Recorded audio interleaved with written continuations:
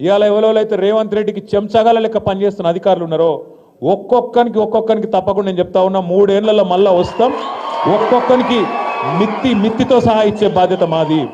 మీ సూర్యాపేటలో నల్లగొండలో కూడా ఎవడన్నా ఎక్స్ట్రాలు చేస్తే వాడు ఎవడన్నా కానీ కలెక్టర్ కానీ వాని అయ్య కానీ ఎవడన్నా కానీ ఎక్స్ట్రాలు చేస్తే వాళ్ళకు చెప్పండి, పేరు రాసి పెట్టుకోండి.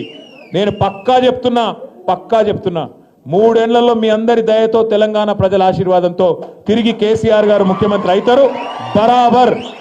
బరాబర్ హిసాబ్ కితాబ్ చేస్తాం. ఇలా ఎగిరెగిరి పడుతున్న కాంగ్రెస్ నాయకులు, వాళ్ళకు తొత్తులుగా పనిచేస్తున్న కొంతమంది పోలీసులు తప్పకుండా మిత్తితో సహా ఇచ్చే బాధ్యత నాది అనే మాట నేను విజ్ఞప్తి చేస్తా ఉన్నా. ఎవన్ అయ్యకు భయపడేది లేదు.